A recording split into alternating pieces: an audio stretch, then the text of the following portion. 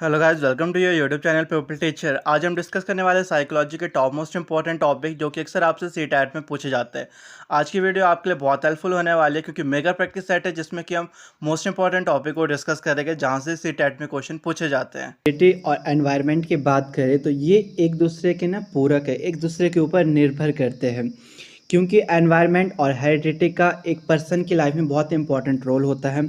उसकी फिजिक्स किस तरीके की होगी, उसकी पर्सनैलिटी किस तरीके की है, उसका बिहेवियर किस तरीके का है, उसका इंटरेस्ट किस तरीके का, उसका इंटेलिजेंस किस तरीके का, ये सब आपका हेरिडिटी और एनवायरनमेंट के ऊपर डिपेंड करता है। क्योंकि आपके पास बहुत से क्वेश्चन पूछे जाते हैं यहाँ से हर साल। तो जब हम हेरिडिटी की बात करें तो एक जेनेटिक फैक्टर है, ठीक है, जो कि जीन्स है, जो कि बच्चे के अंदर आते हैं उसके पेरेंट्स के थ्रू। तो ये हमारा जो हेरिडिटी है वो हमारा वंश अनुक्रम जो बात करते हैं वो हमारा आगे से आगे ट्रांसफ़र होते रहता है, पेरेंट्स से बच्चों में, बच्चों से फिर उनके बच्चों में, आगे आगे चलते रहता है हेरिडिटी। और एनवायरनमेंट की बात करें तो ये हमारा अपना सराउंडिंग, हमारी फैमिली आ गई, हमारा स्कूल, हमारा नेबर, हमारा मीडिया, हमारा कम्युनिटी किस तरीके की है, ये चीज़ हमको अफेक्ट करेगी। क्योंकि जो हमारी फिज़िक्स किस तरीके की होगी, हमारी इंटेलिजेंस किस तरीके की होगी, हमारा इंटरेस्ट किस तरीके का होगा, वो सब हमारा हेरिडिटी के ऊपर निर्भर करता है। कि हमारे पेरेंट्स किस तरीके के थे, उनकी हाइट किस तरीके की थी, उनका कलर किस तरीके का था, ये सब हमारा किसके अंदर आता है, हेरिडिटी के अंदर आता है। और जब हम बात करते हैं एक बच्चे की डेवलपमेंट किस तरीके की होगी, उसके लिए भी आपका हेरिडिटी फैक्टर है और एनवायरमेंटल फैक्टर सबसे इम्पॉर्टेंट है। उसका फिजिकल और जो साइकोलॉजिकल करैक्टरिस्टिक्स है वो सब आपका इसी के ऊपर निर्भर करता है। क्योंकि आपके पास जब भी कुछ भी पूछा जाए कि एक बच्चे की जब डेवलपमेंट होती है उसके लिए सबसे इम्पॉर्टेंट फैक्टर कौन से हैं, तो वो हमारा हेरिडिटी और एनवायरनमेंट है। एक बच्चे की जो हेरिडिटी है उसके पेरेंट्स के ऊपर डिपेंड करती है, उसके पेरेंट्स के जीन्स किस तरीके के थे उसके ऊपर निर्भर करती है। हेरिडिटी और जो एनवायरनमेंट ये ऐसा फैक्टर है जो कि बच्चे के पर्सनैलिटी डेवलपमेंट, उसका बिहेवियर, हर एक चीज़ को अफेक्ट करेगा। आपसे अगर कभी भी क्वेश्चन में पूछा जाए कि जो बच्चा है वो चोरी कर रहा है उसका कारण क्या है, वो भी आपका हेरिडिटी एनवायरनमेंट फैक्टर होगा। एक बच्चा है जिसकी इंटेलिजेंस बहुत अच्छी है, उसका भी हेरिडिटी और एनवायरनमेंटल फैक्टर होगा। अगर कोई बच्चा प्रतिभाशाली गिफ्टेड है उसके लिए भी एनवायरनमेंटल एंड हेरिडिटी फैक्टर है।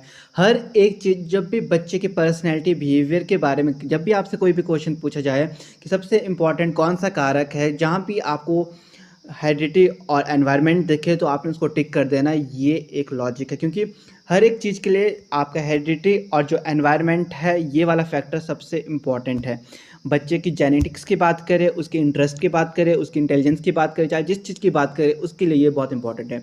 क्योंकि आपकी हेरिडिटी ही एक जेनेटिक फैक्टर है जिसमें कि आपके जीन्स के ऊपर डिपेंड करता है। क्योंकि हेरिडिटी क्या है, आपके पेरेंट्स से आपके अंदर आते रहती है, जो अनुवांशिकता के गुण है वो क्या स्थानांतरण होते रहते हैं एक पीढ़ी से दूसरे पीढ़ी के अंदर।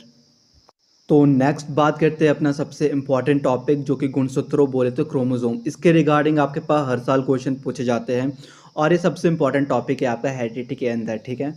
क्योंकि बच्चे भी कंफ्यूज हो जाते हैं कई बार, क्योंकि ये बहुत पहले का पढ़ रखा होता है तो भूल भी जाते हैं। तो आपने याद रखना है कि जब आपका एक्स वाई क्रोमोसोम मिलते हैं तो आपका लड़के का जन्म होगा। यदि एक्स और एक्स क्रोमोसोम मिले तो आपके पास लड़की का जन्म होगा। क्योंकि आपसे क्वेश्चन ही ये पूछा था सबसे इजी कि अगर एक्स वाई गुणसूत्रों का मिलन होगा तो किसका जन्म होगा, तो लड़के का जन्म होता है, ठीक है। अगर आपके पास एक्स एक्स गुणसूत्रों का मिलन होगा तो लड़की का जन्म होता है। यहाँ से ये क्वेश्चन आपके पास पूछा जाता है। और एक और क्वेश्चन यहाँ से पूछा जाता है कि प्रत्येक कोशिका में कौन सा गुणसूत्र पाया जाता है, तो उसमें आपके पास एक्स क्रोमोसोम जो एक्स गुणसूत्र है वो पाया जाता है। क्योंकि एक्स देखो आपके पास लड़की के अंदर भी होता है और लड़के के अंदर भी होता है। तो ये भी आपके पास पूछा जाता है कि प्रत्येक कोशिका में कौन सा गुणसूत्र पाया जाता है, तो वो आपका एक्स होता है। तो इसका तो इतना ही टॉपिक है। नेक्स्ट बात करें अपना सोशलाइजेशन, जो कि बहुत ही इंपॉर्टेंट टॉपिक है आपका। तो जो आपका ये वाला टॉपिक है ना, समाजीकरण, सोशलाइजेशन, ये सबसे इजी टॉपिक है और इससे भी आपके पास हर साल क्वेश्चन आते हैं।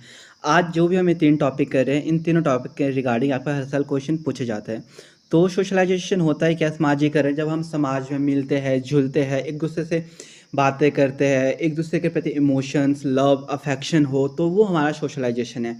क्योंकि जब बच्चा होता है छोटा, जब वो धीरे धीरे बड़ा होता है तो वो धीरे धीरे करके सोशलाइजेशन होता है, एक दूसरे से बातचीत करता है। क्योंकि जो छोटा बच्चा है वो क्या है, सिर्फ मम्मी पापा के पास जाता है, बाकी सबसे क्या है, डरता है। धीरे धीरे करके वो बड़ा होगा, फिर अपने फैमिली मेम्बर से बात करने लग जाएगा, फिर बाहर जाता है, फिर अपने पड़ोस में, आस पड़ोस में खेलेगा, एनवायरनमेंट पे। तो सोशलाइजेशन में भी एनवायरनमेंट और हेरिडिटी का बहुत इंपॉर्टेंट रोल रहता है। तो बेसिकली आपसे पूछा जाता है कि प्राइमरी एजेंट्स कौन से हैं और सेकेंडरी एजेंट्स कौन से हैं, या ये पूछा जाए सोशलाइजेशन किस प्रकार की प्रक्रिया है। सोशलाइजेशन कैसी प्रक्रिया है जिसमें कि बच्चा क्या है, सोशली होए, हर एक के साथ अच्छे से बात करे, किस तरीके से बात करना है, ये सब कुछ समझे। तो प्राइमरी एजेंसीज होती है हमारा पेरेंट्स, सबसे पहला हमारा होगा परिवार, हमारे माता पिता, सिबलिंग्स बोले तो अपने कज़न्स, ब्रदर वगैरह हो गए। जो चर्च है ये प्राइमरी एजेंसी है, आपके रिलीजन पार्ट होगा, जैसे कि आपके मंदिर हो गए। ये वाले हर एक चीज़ें किसके अंदर आई, आपकी प्राइमरी एजेंसीज के अंदर आती है। आपसे पूछा जाएगा अगर कि आपकी प्राइमरी एजेंसी कौन सी है, वो आपके क्या है, पेरेंट्स है, फैमिली है, ये आपके प्राइमरी है। और सेकेंडरी जो एजेंसीज होती है वो वाली एजेंसीज होती है जहाँ पे आप एजुकेशन के लिए जाओगे, आप एनवायरनमेंट में जब आप घर से बाहर निकलोगे तो वो आपका सेकेंडरी एजेंसीज आती है। तो सेकेंडरी एजेंसीज में जैसे आपके फ्रेंड्स आ गए, ठीक है, आपके नेबर्स आ गए, आपका वर्क प्लेस जहाँ वर्क करते हो वो है, यूनिवर्सिटी एजुकेशन के लिए जहाँ जाते हो, आपके स्कूल। आपसे कई बार ये भी पूछा जाता है कि जो स्कूल है वो कौन सी एजेंसी है, तो आपकी वो सेकेंडरी है। फिर आपकी कम्युनिटी आती है, फिर आपके जितने भी आपके एनवायरनमेंट के अंदर जो जो चीज़ें आती है वो सब किसके अंदर आएगी, आपकी सेकेंडरी। जो आपके घर के अंदर की चीज़ें हैं और आपका जो मंदिर है, जो रिलीजन प्लेस है, वो वाली चीज़ें आपकी प्राइमरी एजेंसीज के अंदर आती है। जैसे कि आपका वर्क प्लेस ये सेकेंडरी है, यहाँ पे रिलीजन की बात करें ये आपका प्राइमरी है, फैमिली होगी ये प्राइमरी है, पीएस ग्रुप बोले ये भी आपका सेकेंडरी है, जो कि आपके फ्रेंड्स वगैरह है, ये आपका सेकेंडरी एजेंसीज के अंदर आता है। तो यहाँ से सिर्फ यही क्वेश्चन आता है कि आपके प्राइमरी एजेंसीज कौन सी है। सबसे पहला आपका फैमिली है, फिर आपका स्कूल है, फिर आपकी कम्युनिटी है। ये तीन चीज़ें आपने याद रखना है, इसके रिगार्डिंग आपके साथ हर साल क्वेश्चन पूछे जाते हैं। तो सोशलाइजेशन वाला टॉपिक भी हमारा ख़त्म हो गया। इस सब के आपके पास नोट्स प्रोवाइड किए जाएंगे बैच में, आपके पास ग्रुप में मिल जाएंगे। नेक्स्ट बात करते हैं अपनी मैस्लो की थ्योरी, क्योंकि ये सबसे अच्छी और सबसे इम्पॉर्टेंट थ्योरी है और सबसे इजी थ्योरी, क्योंकि ये थ्योरी आपके पर्सनल नीड्स के ऊपर बनाई गई है। और आपसे क्वेश्चन भी पूछा जाता है कि जो आपकी मैस्लो की थ्योरी है वो किसके ऊपर बेस्ड है, तो ये आपके पर्सनल नीड्स के ऊपर बेस्ड है। ये आपका एक क्वेश्चन बनता है और बहुत बार पूछा भी गया है। तो याद रखना आपकी जो पर्सनल नीड है वो आपकी मैस्लो की थ्योरी के अंदर है। तो मैस्लो की थ्योरी किसके ऊपर बेस्ड है, आपकी पर्सनल नीड्स के ऊपर। तो मैस्लो ने जो एक पर्सन की नीड्स होती है उसको 5 पार्ट्स में कैटेगराइज किया गया है। तो जो सबसे पहली नीड होती है एक पर्सन की, होती है हमारी फिजियोलॉजिकल नीड्स, हमारी शारीरिक नीड्स, जिसमें कि हमारे पास आएगा अपना खाना, कपड़ा, मकान। ये सारी चीज़ें हमारी पर्सनल जो नीड्स है, शारीरिक नीड्स है, ये सबसे इम्पॉर्टेंट है। एक पर्सन के लिए सबसे पहले खाना और मकान होना चाहिए, कपड़े होने चाहिए, पानी होना चाहिए, ये सबसे पहली नीड होती है ना हर एक पर्सन की। बाकी सारी नीड्स तो बात की बात है, जब तक खाना ना मिले तब तक जब पर्सन ही ज़िंदा नहीं रहेगा, अगर खाना ही ना मिले। तो खाना, कपड़ा और पानी और मकान, ये पर्सन की सबसे पहली नीड होती है, शारीरिक नीड। ये आपसे पूछा जाता है कि पर्सन की सबसे पहली नीड कौन सी होती है, तो आपने बताना है वो शारीरिक नीड होती है। और कई बार ये पूछा जाता है कि शारीरिक नीड्स के अंदर क्या क्या आएगा आपके लिए, उस खाना आएगा, पानी, शेल्टर और क्लोथ, ये आपकी कुछ पर्सनल जो फर्स्ट नीड्स होती है। तो नेक्स्ट बात करें पर्सन की सेकंड नीड्स। आपसे पूछा जाता है क्वेश्चन में जो पर्सन की सेकंड नीड्स कौन सी होती है, तो आपकी सेफ्टी और सिक्योरिटी, ये आपकी दूसरी नीड्स है, जिसमें कि आपकी हेल्थ आएगा, employment, property, family and social ability. क्योंकि जब पर्सन के पास रोटी, कपड़ा, मकान आ गया है, फिर उसकी दूसरी नीड आ जाती है ना, क्योंकि एक पर्सन एक चीज़ में सेटिस्फाइड नहीं होता, क्योंकि हर एक पर्सन अलग अलग चीज़ों को, सब चीज़ों को अचीव करना चाहता है अपनी लाइफ में।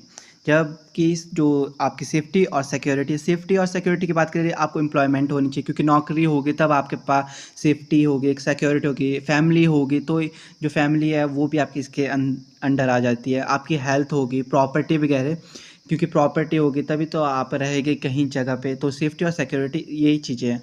जब तक आपके पास पैसा नहीं है तब तक आपके पास सिक्योरिटी कैसे होगी, क्योंकि सिक्योरिटी का मतलब ये है ना कि आपको अपने जीवन को सिक्योर बनाना है, अपने आमदनी को बढ़ाना है, अपने लाइफस्टाइल को चेंज करना है, ठीक है। तो जो हमारी सेकंड नीड होती है वो होती है सेफ्टी और सिक्योरिटी।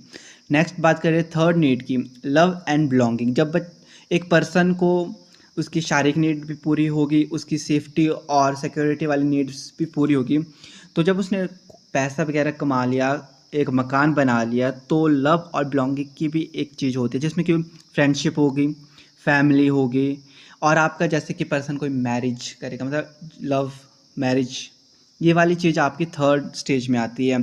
क्योंकि जब कमा लिया तो किसके लिए कमाया, तो शादी होगी, ये सब चीज़ें आपकी बनेंगी, आपकी फैमिली बनेगी, आपके फ्रेंडशिप हो गए, आपके दोस्त हो गए, ये वाली चीज़ आपकी आएगी लव एंड बिलोंगिंग, जो आपकी थर्ड स्टेज बताई हुई है मैस्लो ने। और जो फोर्थ हमारी नीड्स बताई है वो है सेल्फ एस्टीम। जब आपकी शारीरिक नीड पूरी होगी, सेफ्टी एंड सिक्योरिटी होगी, लव एंड बिलोंगिंग हो गया, मतलब शादी वगैरह होगी, फैमिली वगैरह बन चुकी है, तो एक पर्सन चाहता है कि उसकी रिस्पेक्ट बने, उसकी सोसाइटी में क्या हो, उसकी रिस्पेक्ट हो, हर एक लोग उसको जाने समझे और वो सोशली हो, ये आपकी सेल्फ एस्टीम है। और लास्ट जो नीड है हमारी वो है सेल्फ एक्चुअलाइजेशन। ये वाली नीड वो वाली नीड है जब पर्सन की लाइफ में सब कुछ हो चुका है, मतलब ये तब है जब बंदा एक 65 एज से ऊपर हो चुका है, जिसमें कि वो ये देख रहा है कि उसने अपने लाइफस्टाइल को किस तरीके से चेंज किया, उसने क्या क्या चीज़ अचीवमेंट्स की, क्या क्या उसने अपनी लाइफस्टाइल में किया, किस तरीके की लाइफस्टाइल उसकी रही है, और मतलब सब कुछ मोह माया से दूर त्याग लिया, सब चीज़ें हो चुकी है, ये वाली चीज़ है, ये हमारी फिफ्थ नीड है, जो कि हमारे सेल्फ एक्चुअलाइजेशन, जिसमें कि हम अपने बारे में सब कुछ देख रहे हैं, आखिर हमने अपने लाइफस्टाइल में क्या क्या चीज़ें की हैं। इंटेलिजेंस, क्योंकि इसके रिगार्डिंग आपके पास हर साल बहुत सारे क्वेश्चन देखने को मिलते हैं, और साथ ही साथ क्रिएटिविटी भी, क्योंकि इंटेलिजेंस और क्रिएटिविटी के बीच में भी कोई बार रिलेशंस के बारे में बात कर दी जाती है। तो इंटेलिजेंस में जो हम आज पढ़ेंगे वो उसकी मीनिंग हो गया, डेफिनेशन, टाइप्स, फैक्टर्स और आईक्यू, इन्हीं के रिगार्डिंग क्वेश्चंस आते हैं। इवन की मीनिंग और डेफिनेशन से क्वेश्चंस नहीं आते हैं, पर हम फिर भी थोड़ी बहुत बात कर लेंगे। टाइप्स के रिगार्डिंग आते हैं, फैक्टर्स के रिगार्डिंग आते हैं, और आईक्यू से तो हर साल एक एक क्वेश्चन आता ही है। कई बार आपसे फार्मूला पूछा जाता है और कई बार आपसे फार्मूला लगा के किसी की मेंटल एज या क्रोनिकल एज निकालने को बोल दी जाती है। तो ये बहुत इंपॉर्टेंट टॉपिक है आपका। तो फिलहाल अभी करते हैं वीडियो को शुरू। तो वीडियो शुरू करने से पहले प्लीज़ वीडियो को लाइक कर देना, और अगर चैनल पर नए हो तो चैनल को सब्सक्राइब कर देना। तो फिलहाल अब हम शुरू करते हैं अपना टॉपिक, जो कि है हमारा इंटेलिजेंस। सबसे पहले हम बात करेंगे इसके मीनिंग और डेफिनेशन। बेसिकली यहाँ से क्वेश्चन बहुत कम पूछे जाते हैं, पर हमारे को टैट की प्रेपरेशन के लिए कोई भी टॉपिक नहीं छोड़ना है, तो इसलिए हम इसकी डेफिनेशन के बारे में थोड़ी बहुत बात कर लेते हैं। तो जो बेसिकली जो हमारा इंटेलिजेंस होता है वो आप सभी को पता है, ये किसी पर्सन की क्षमता है कि आखिर वो किस चीज़ को किस तरीके से समझ रहा है, कितना वो किस चीज़ को समझ पा रहा है, कितना वो उसको इजीली लर्न कर पा रहा है, कितनी उसको डिफ़िकल्टीज आ रही है। तो इंटेलिजेंस की बात अगर हम करें तो intelligence as the power of perceiving, learning, understanding and knowing. जो इंटेलिजेंस है वो एक शक्ति है जिससे कि हम पता चलता है कि हम किस तरीके से किस चीज़ को अंडरस्टैंड कर पा रहे हैं, किस चीज़ को प्रिसीव कर पा रहे हैं, किस तरीके से लर्न कर पा रहे हैं, और किस तरीके से उसको समझ पा रहे हैं। ये हमारा इंटेलिजेंस का मतलब होता है सिर्फ। और दूसरी डेफिनेशन की बात करें, इससे भी आपको बहुत अच्छे से समझ आ जाएगा कि आखिर इंटेलिजेंस का मतलब क्या होता है। The ability to use memory, knowledge, experience, understanding, reasoning, imagination and judgement in order to solve problem and adopt to new situation. Basically intelligence एक ऐसी एबिलिटी है हमारी जिसमें कि हम अपनी मेमोरी का यूज़ करते हैं, अपनी नॉलेज बोले तो ज्ञान का यूज़ करते हैं, अपने एक्सपीरियंस का यूज़ करते हैं, अंडरस्टैंडिंग का यूज़ करते हैं, रीजनिंग का यूज़ करते हैं, इमेजिनेशन पावर का यूज़ करते हैं, जजमेंट्स का यूज़ करते हैं to solve the problems. Problem solving के लिए जब भी हम किसी चीज़ का कार्य करते हैं अपनी इंटेलिजेंस से रिलेटेड, तो वो इंटेलिजेंस के अंडर आता है। इंटेलिजेंस हमारा प्रॉब्लम सॉल्विंग का एक टूल बोलेगी जिसके थ्रू हम हर एक प्रॉब्लम को सॉल्व कर सकते हैं। इंटेलिजेंस हमारी ये होती है जिसमें कि हम अपनी मेमोरी का यूज़ करें किसी भी प्रॉब्लम को सॉल्व करने के लिए। हमारा एक्सपीरियंस बहुत काम आता है किसी भी प्रॉब्लम को सॉल्व करने के लिए, क्योंकि कई बार ऐसे होता है कि जो प्रॉब्लम होती है वैसी प्रॉब्लम हम पहले फंस चुके होते हैं, तो वो वाला एक्सपीरियंस जब हम काम करने में लाएंगे तो उसे हम बेसिकली अपनी इंटेलिजेंस कहते हैं। तो अब हम बात करते हैं इंटेलिजेंस के टाइप की। तो अकॉर्डिंग टू थॉर्नडाइक जो इंटेलिजेंस है वो 3 ब्रॉडर कैटेगरीज में डिवाइड की गई है। थॉर्नडाइक ने हमारे पास 3 ब्रॉड कैटेगरीज बताई है इंटेलिजेंस की। ए है हमारे पास एब्स्ट्रैक्ट, नंबर 2 है हमारे पास मैकेनिकल इंटेलिजेंस और नंबर 3 है हमारे पास सोशल इंटेलिजेंस। एब्स्ट्रैक्ट इंटेलिजेंस की बात करें तो वो इंटेलिजेंस ऐसी एबिलिटी है हमारी एब्स्ट्रैक्ट इंटेलिजेंस जिसमें कि हम अंडरस्टैंड और मैनेज करते हैं आइडियाज़ को। आपसे बेसिकली यहाँ से इतना डिटेल में नहीं पूछा था, सिर्फ इतना पूछा जाएगा अकॉर्डिंग टू थॉर्नडाइक तो इंटेलिजेंस के कितने टाइप्स होते हैं, तो उसके 3 टाइप्स होते हैं।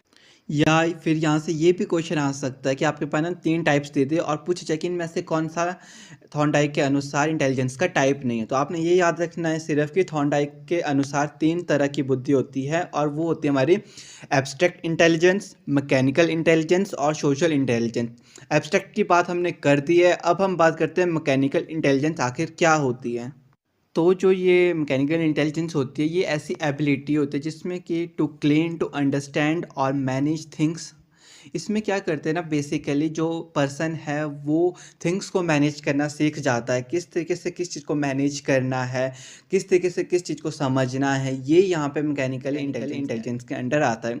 नेक्स्ट बात करें तो जो हमारी सोशल इंटेलिजेंस है इसके अंदर जो इंसान होता है वो ये मैनेज करना सीख जाता है कि आखिर उसे समाज में कैसे रहना है, किस तरीके से रहना है, क्योंकि हर एक आपको पता है समाज में मैन एंड वुमेन्स है, बॉयज़ एंड गर्ल्स होते हैं, तो उनके साथ किस तरीके से एक्ट करना है, किस तरीके से बातें करनी है, किस तरीके से किसको कितनी रिस्पेक्ट देनी है, वो सब वो समझ आता है। आखिर सोशली किस तरीके से रहना है, तो सोशल इंटेलिजेंस ये वाली इंटेलिजेंस है हमारी। बट यहाँ से इतने डिटेल में नहीं पूछा जाता है, बस आपको जो मैंने 2 पॉइंट्स बताए सबसे पहले वो याद रखना है, वहीं से क्वेश्चन आपके पास पूछे जाते हैं। तो हमने इंटेलिजेंस की मीनिंग और डेफिनेशन और टाइप्स की बात कर दी है। अब हम बात करेंगे इसके फैक्टर्स और थ्योरीज बोले तो बेसिकली हमारे पास इंटेलिजेंस की 4 मेन थ्योरीज है जिसके रिगार्डिंग हर साल क्वेश्चन पूछे जाते हैं। तो जो हमारी ये थ्योरीज है ये हमारे पास है single factor theory, 2 factor theory, multi factor theory और ग्रुप फैक्टर थ्योरी। इसी के रिगार्डिंग हर साल क्वेश्चन पूछे जाते हैं। तो सबसे पहली जो थ्योरी है हमारी वो है हमारे पास सिंगल फैक्टर थ्योरी और यूनिटरी थ्योरी। इसमें क्या कहा गया था, this theory claim that intelligence is one power or energy which affect all the activity of the individual.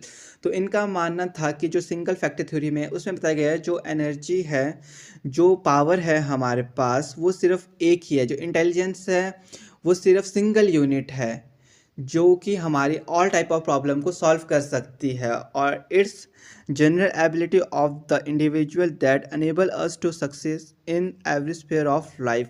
तो इनका कहना था सिर्फ पर्सन के अंदर एक जनरल एबिलिटी होती है जो कि पर्सन को हेल्प करती है उसके सक्सेस में, हर एक स्फीयर में, हर एक लाइफ में, हर एक प्रॉब्लम सॉल्विंग के लिए सिर्फ एक ही फैक्टर है हमारे पास और जो इंटेलिजेंस है वो सिर्फ यूनिफैक्टर है। बट यहाँ से जो क्वेश्चन आता है वो ये आता है कि सिंगल फैक्टर थ्योरी का मतलब क्या है, और कई बार क्वेश्चन में ये पूछा जाएगा कि इंटेलिजेंस की जो मेन 4 थ्योरीज है उनके अंदर कौन सी थ्योरीज नहीं है। तो आपके पास 3 थ्योरीज बताई होगी और जो 4th थ्योरी होगी वो गलत दी होगी। यही क्वेश्चन यहाँ से ज़्यादातर पूछे जाते हैं। तो नेक्स्ट बात करते हैं हम अपनी सेकंड थ्योरी के बारे में जो कि हमारी 2 फैक्टर थ्योरी ऑफ इंटेलिजेंस। तो यहाँ से जो सबसे पहला क्वेश्चन बनेगा वो ये क्वेश्चन बनेगा कि 2 फैक्टर थ्योरी ऑफ इंटेलिजेंस आखिर किसने दी है। तो ये हमारे दिए स्पेयरमैन ने। यहाँ से ये क्वेश्चन आप याद रखना और इसको Spearman 2 factor theory of intelligence भी कहा जाता है।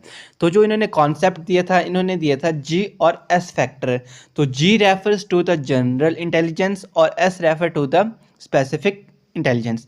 इनका मानना था कि जो पर्सन की इंटेलिजेंस होती है वो 2 तरह की होती है, एक जनरल फैक्टर होती है और एक स्पेशल फैक्टर होती है। जनरल की बात करें तो ये हमारी वो वाली फैक्टर्स होते हैं जो कि बच्चे में इनबॉर्न एबिलिटीज़ होती है। जी फैक्टर हर एक के अंडर होते हैं, हर एक पर्सन में जी फैक्टर्स होते हैं। पर इनका मानना था जो एस फैक्टर होते हैं वो हर एक पर्सन के अलग अलग होते हैं। एस का बोलते स्पेशल फैक्टर, कई पर्सन किसी चीज़ में स्पेशल होते हैं, कोई चीज़ करने में अच्छे होते हैं, तो वो हमारा एस फैक्टर है। जनरल फैक्टर हर एक के अंदर होता है, ये इनका मानना था। नेक्स्ट बात करते हैं हम कैरेक्टरिस्टिक्स ऑफ जी फैक्टर। इसके रिगार्डिंग क्वेश्चन पूछे जाते हैं आपसे, क्योंकि आपसे जो क्वेश्चन पूछा जाएगा यहाँ से एक तो आपसे 2 फैक्टर थ्योरी किसने दी ये पूछा जाएगा। दूसरा ये पूछा जाएगा कि इस थ्योरी के अंदर क्या था, तो इसमें जी फैक्टर और एस फैक्टर की बात की है। तो पूछा जाएगा जो जी फैक्टर उसका मतलब क्या है। जी फैक्टर का मतलब है जनरल फैक्टर और एस फैक्टर का मतलब होता है स्पेसिफिक या स्पेशल फैक्टर। तो जो जी फैक्टर है it is a universal inborn ability. जो जी फैक्टर है वो हर एक के अंदर होते हैं, हर एक बच्चे के अंदर होते ही होते हैं, और ये इनबॉर्न एबिलिटी होती है हर एक पर्सन की, ठीक है। दूसरी बात करें it is a general mental energy, ये एक मेंटल एनर्जी होती है जी ये फैक्टर, ठीक है। इट इज़ अ कांस्टेंट, और जो जी फैक्टर है वो कांस्टेंट रहता है क्योंकि इनबॉर्न एबिलिटी ये आपका सेम रहेगा, ये आपका बर्थ से लेकर डेथ तक सेम रहता है। जी फैक्टर्स की बात करें तो हम the amount of G differ from individual to individual, और जो हमारा जी फैक्टर है ये डिफरेंट होता है हर एक इंडिविजुअल में, सेम नहीं होगा क्योंकि जनरल फैक्टर्स हर एक के अंदर होंगे, हर एक पर्सन के अंदर होते हैं, पर अलग अलग पर्सन के अंदर अलग अलग तरह के जी फैक्टर्स होते हैं। It is use in every activity of life, और जो हमारे जी फैक्टर्स है ये हमारे को हेल्प करते हैं हमारी लाइफस्टाइल की एक्टिविटी हर डेली लाइफ में बोलेंगे, क्योंकि किसी भी कार्य को करना है तो इंटेलिजेंस की ज़रूरत पड़ती है, मतलब कि तो जी फैक्टर आपका ऐसा फैक्टर है जो आपका डेली लाइफ में काम आता है। Greater the G is an individual greater is success in life, जो जी फैक्टर है आपके लाइफ में सक्सेस के लिए भी बहुत हेल्पफुल है। तो इन कैरेक्टरिस्टिक्स से आपसे क्वेश्चन बन सकता है कि जी फैक्टर्स के कैरेक्टरिस्टिक्स क्या है, ये पूछते जाएगा, या पूछा जाएगा जो जी फैक्टर है क्या वो डिफरेंट होते हैं हर एक इंडिविजुअल में, ये क्वेश्चन आपका एक बन जाएगा। और जो लाइफ में सक्सेस के लिए जी फैक्टर का हेल्पफुल होता है ये क्वेश्चन बन जाएगा। और पूछेगा जो जी फैक्टर होता है क्या वो कांस्टेंट होता है, आपसे पूछा जाएगा जो जी फैक्टर है वो एक ऑप्शन दे देगा कांस्टेंट होता है, कई जगह दे देंगे नहीं होता है कांस्टेंट, कुछ भी दे सकते हैं, ठीक है। तो और आपसे ये भी पूछा जाता है कि जी फैक्टर क्या इनबॉर्न एबिलिटी है, तो जो जी फैक्टर है वो हमारी इनबॉर्न एबिलिटी है। तो नेक्स्ट बात करते हैं हम करेक्टरिस्टिक्स ऑफ एस फैक्टर के बारे में। तो it is learn and acquired in the environment, जो एस फैक्टर है इसको हम लर्न भी कर सकते हैं या अर्जित भी कर सकते हैं, क्योंकि स्पेशल फैक्टर है ना। अब बच्चा चेस में अगर परफेक्ट बनेगा तो उसको लर्न या एक्वायर्ड करना पड़ेगा ना, तब जाके वो किस चीज़ में आगे बढ़ सकता है। एस फैक्टर एक स्पेशल फैक्टर है, मतलब कोई पर्सन किसी चीज़ में अच्छा बन रहा है, अपनी इंटेलिजेंस को डेवलप कर रहा है, तो वो हमारा एस फैक्टर के अंडर आता है। अगर कोई बच्चा खो खो खेल रहा है, कबड्डी खेल रहा है, डेक्लेमेशन बोल रहा है या पढ़ने में इंटेलिजेंट है, तो वो बचपन से थोड़ी नहीं है, उसे थोड़ा एक्वायर करना पड़ा, उसे लर्न करना पड़ा। अब ऐसे थोड़ी कि किसी पर्सन को आप कुछ भी दे दोगे, चेस खेलने को दे दोगे और वो पहली बारी में खेल देगा, तो उसको एक्वायर करना पड़ेगा, पहले उसको देखना पड़ेगा, समझना पड़ेगा किस तरीके से होता है। तो ये हमारा एस फैक्टर है, और it vary from activity to activity in the same individual. और जो एस फैक्टर है वो वेरी करता है एक्टिविटी टू एक्टिविटी, क्योंकि हर एक एक्टिविटी के लिए अलग अलग एस फैक्टर होता है। जो बच्चा चेस में है तो ज़रूरी थोड़ी वो कैरम में भी परफेक्ट होगा या कबड्डी में या खो खो में, तो उसको हर एक एक्टिविटी के लिए अलग अलग एस फैक्टर को एक्वायर करना पड़ेगा। Individual difference is the amount of S ability, और जो इंडिविजुअल डिफरेंस की बात करें हर एक पर्सन में जो अमाउंट होता है एस फैक्टर का वो अलग होगा ना। हर एक का जो स्पेशल एबिलिटी है, जो स्पेशल फैक्टर का अमाउंट है वो हर एक पर्सन का अलग अलग होता है। तो बेसिकली यही क्वेश्चन आते हैं। तो यहाँ से एक क्वेश्चन बन जाएगा आपका, क्या हम एस फैक्टर को लर्न और एक्वायर कर सकते हैं। दूसरा क्वेश्चन बन जाएगा क्या एस फैक्टर वेरी करते हैं एक्टिविटी टू एक्टिविटी, बिल्कुल करता है, एक ही इंडिविजुअल में बल्कि ये वेरीज करते हैं। तो ये कुछ क्वेश्चंस यहाँ से आते हैं। नेक्स्ट बात करते हैं अपनी थर्ड थ्योरी जो कि हमारी मल्टी फैक्टर थ्योरी, और ये दी है हमारे को थॉर्नडाइक ने। और इन ये जो थ्योरी है यहाँ से जो क्वेश्चन आता है ये सिर्फ इतना आएगा कि मल्टी फैक्टर थ्योरी किसने दी है, तो ये हमारे थॉर्नडाइक ने दी है। और हम इसके सबसे ज़्यादा डिटेल में नहीं जाएंगे क्योंकि ज़्यादा डिटेल के क्वेश्चन आते नहीं हैं, ऊपर ऊपर से जो क्वेश्चन आते हैं वो आपको बता जा रहे हैं। और इस थ्योरी में क्या था कि जो थॉर्नडाइक थे वो इसके अगेंस्ट थे, कि उनका मानना था कि जो जनरल इंटेलिजेंस की बात करी वो नहीं होते हैं, हर एक में स्पेसिफिक इंटेलिजेंस होता है। हर एक जैसे तरह का आप स्पेसिफिक स्टिमुलस दोगे तो स्पेसिफिक ही आपको रिस्पॉन्स मिलेगा, उनका ये मानना था। और इनका कहना था कि किसी भी पर्सन में कोई भी जनरल इंटेलिजेंस नहीं होती है, कोई भी पर्सन बचपन से लेकर इंटेलिजेंस लेके नहीं आता, कोई सी भी पर्सन में इनबॉर्न एबिलिटीज़ नहीं होती है। तो यहीं से एक और क्वेश्चन आपका बन जाता है कि ऐसा कौन सा पर्सन था कि जो कि स्पीयरमैन के ऑपोजिशन में था, ऑपोजिट बात करता था, तो वो हमारा थॉर्नडाइक थे। और एक क्वेश्चन ये बन जाएगा ऐसा कौन सा पर्सन है जो कि ये कहता है कि किसी भी पर्सन में जनरल इंटेलिजेंस नहीं होती है, ये भी थॉर्नडाइक है। यहाँ से यही क्वेश्चन आता है। और ये क्वेश्चन बन जाएगा कि मल्टी फैक्टर थ्योरी आखिर किसकी है, तो ये हमारी इंटेलिजेंस की थ्योरी है, ये भी आपने याद रखना है। और अब बात करते हैं अपनी फोर्थ और लास्ट मेन थ्योरी हमारी इंटेलिजेंस की। तो ये थी हमारे पास ग्रुप फैक्टर थ्योरी, जो कि हमारे को थर्स्टन ने दी थी। यहाँ से आपके पास क्वेश्चन यही बनेगा कि जो ग्रुप फैक्टर थ्योरी है वो किसने दी थी, तो ये हमारी थर्स्टन ने दी थी। और ये बन जाएगा कि जो ग्रुप फैक्टर थ्योरी आखिर वो किसकी थ्योरी है, वो हमारी इंटेलिजेंस की थ्योरी है। ये दो क्वेश्चन आप याद रखना। और ज़्यादा डिटेल में क्वेश्चन नहीं पूछा था, थोड़ा बहुत आपको बता लेते हैं। जो थर्स्टन का मानना था, तो ये कहते थे कि जो पर्सन होता है उसकी जो इंटेलिजेंस होती है ना ही वो जी फैक्टर के ऊपर डिपेंड होती है, ना ही एस फैक्टर होते हैं। किसी भी पर्सन में ना जनरल फैक्टर होते हैं ना स्पेशल फैक्टर होते हैं। उनके ये मानते सिर्फ कि पर्सन के अंदर प्राइमरी मेंटल एबिलिटीज होती है जो कि हेल्प करती है उसको उसकी मेंटल एक्टिविटीज़ के लिए।